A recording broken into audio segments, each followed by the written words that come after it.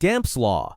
You can't create food with magic. Not a sandwich, not a steak, not even a glass of water. Hermione explains this to Harry and Ron in Deathly Hallows when they're camping in the forest, starving and desperate. Ron wants her to conjure up a feast. She can't. Gamp's Law of Elemental Transfiguration forbids it, and food is one of the 5 principal exceptions, things magic fundamentally cannot create from nothing. The restriction isn't about skill or power. Hermione is one of the most talented witches of her generation. Dumbledore couldn't break this rule. Neither could Voldemort. No witch or wizard in history has successfully conjured food from thin air because the limitation is built directly into magic itself. It's an absolute boundary that cannot be crossed. Hermione can work around the law in limited ways. She can summon food if it already exists somewhere, which she does throughout their camping trip. She can multiply food if she already has some, turning one fish into several. She can transfigure one type of food into another, but creating food where none existed? Impossible. The magic won't respond, no matter how powerful you are. The other 4 principal exceptions aren't named in canon, but fans theorize they include love, life, and knowledge, fundamental things with inherent value that can't be faked. This pattern holds throughout the series.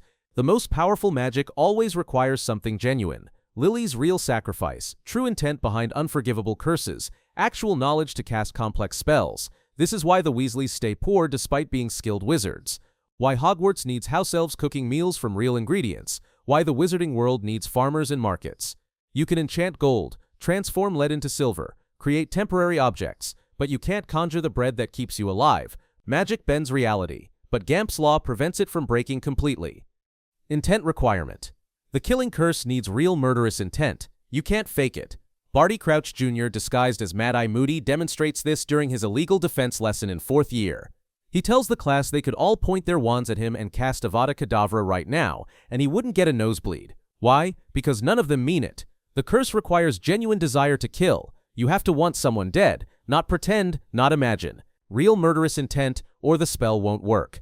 Harry learns this in the Department of Mysteries. Bellatrix kills Sirius right in front of him. Harry chases her down, screaming, grief-stricken. He casts Crucio, and it hits her. She falls, then she laughs. The spell hurt, she says mockingly, but you need to really want to cause pain. You have to mean it. You have to enjoy it. Harry doesn't. He's angry, grieving, desperate for revenge, but he doesn't have true sadistic intent. He doesn't want to torture Bellatrix for the sake of suffering, so the curse fails to deliver its full effect. That's why 14-year-olds don't accidentally kill classmates during arguments, why the unforgivable curses remain rare even during war. The spells demand emotional commitment most wizards can't sustain. Snape produces a Patronus while spying on Voldemort because his love for Lily is real. Umbridge casts a Patronus while torturing Muggleborns because her self-righteousness is genuine. Magic reads intent. It measures what you actually feel, not what you claim to feel. Try to fake it and the spell collapses or weakens.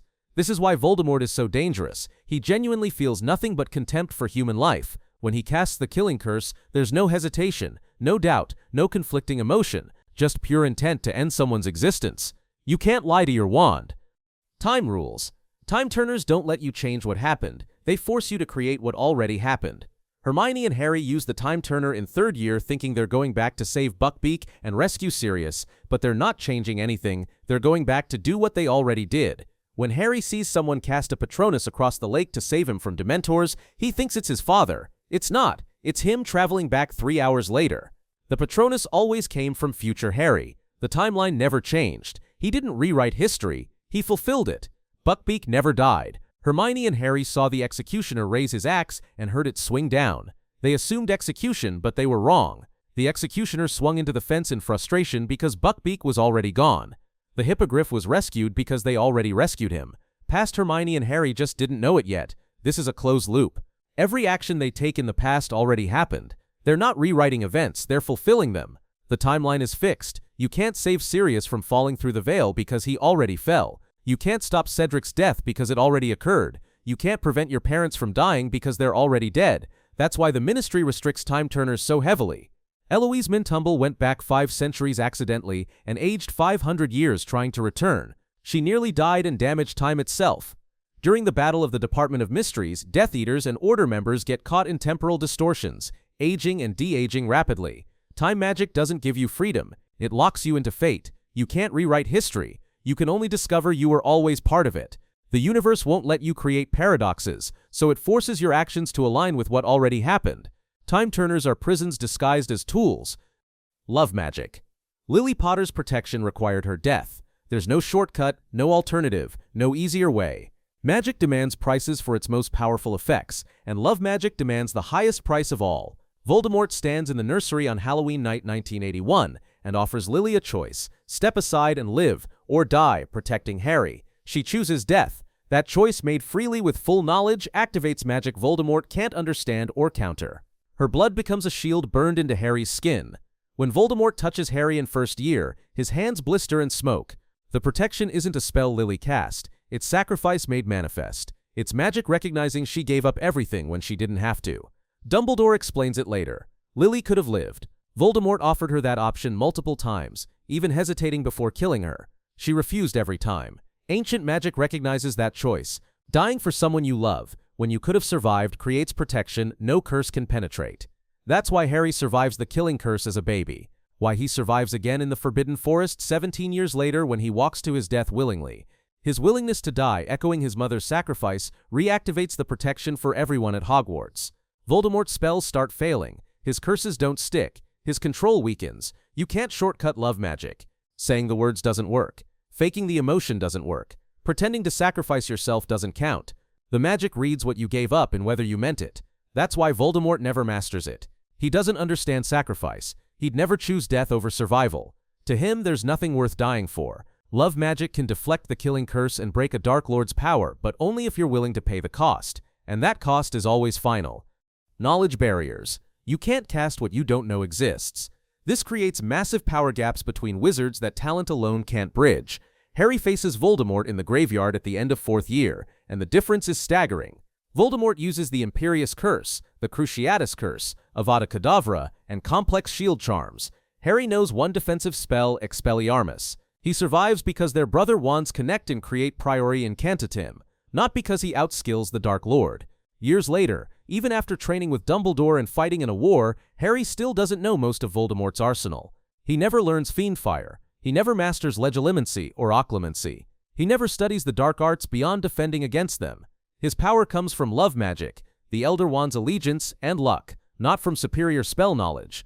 Hermione spends 7 years buried in books, studying constantly. She learns more than most adult wizards, and even she admits there are entire branches of magic she's barely touched. Ancient runes remains theoretical. She never studies healing magic formally. She knows nothing about curse breaking. Each field requires years of dedicated study to achieve basic competence.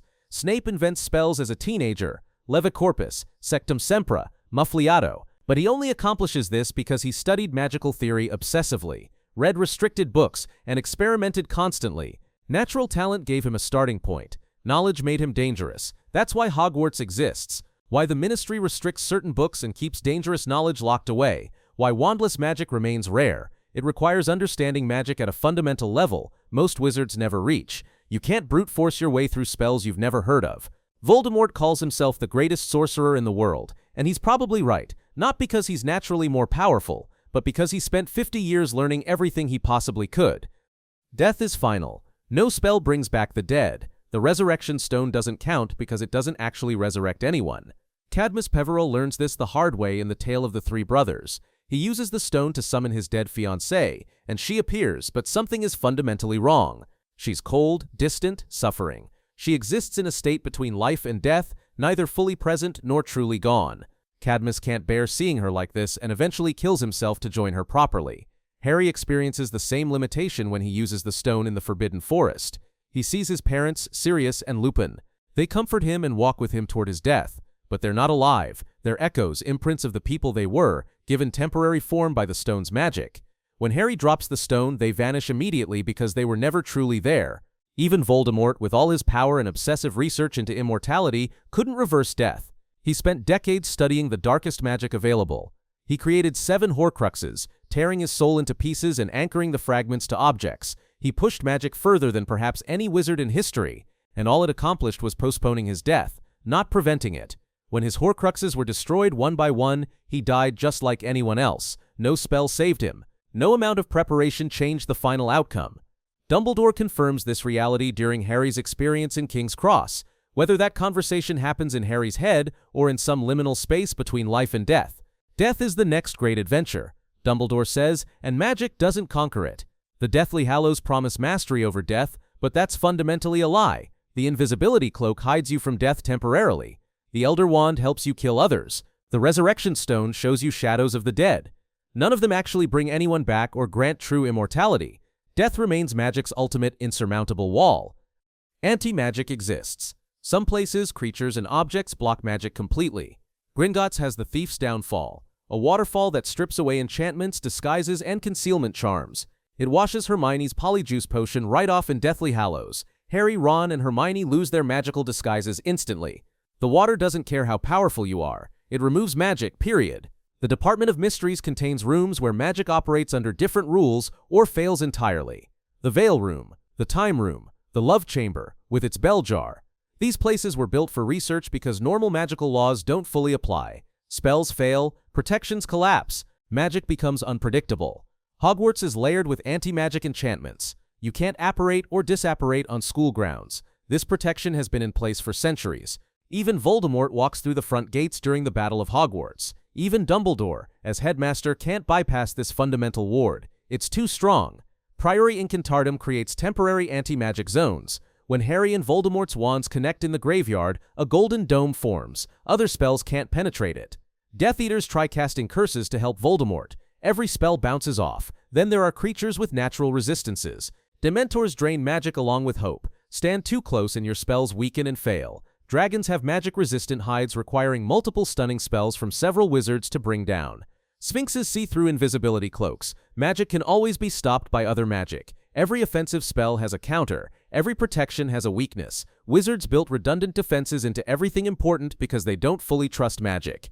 They know what they've created can turn against them. Gringotts protects against theft using anti-magic. Hogwarts protects students using wards. The Ministry protects its secrets using rooms where spells break down. Anti-magic exists because wizards learned the hard way that unlimited power needs limits built in.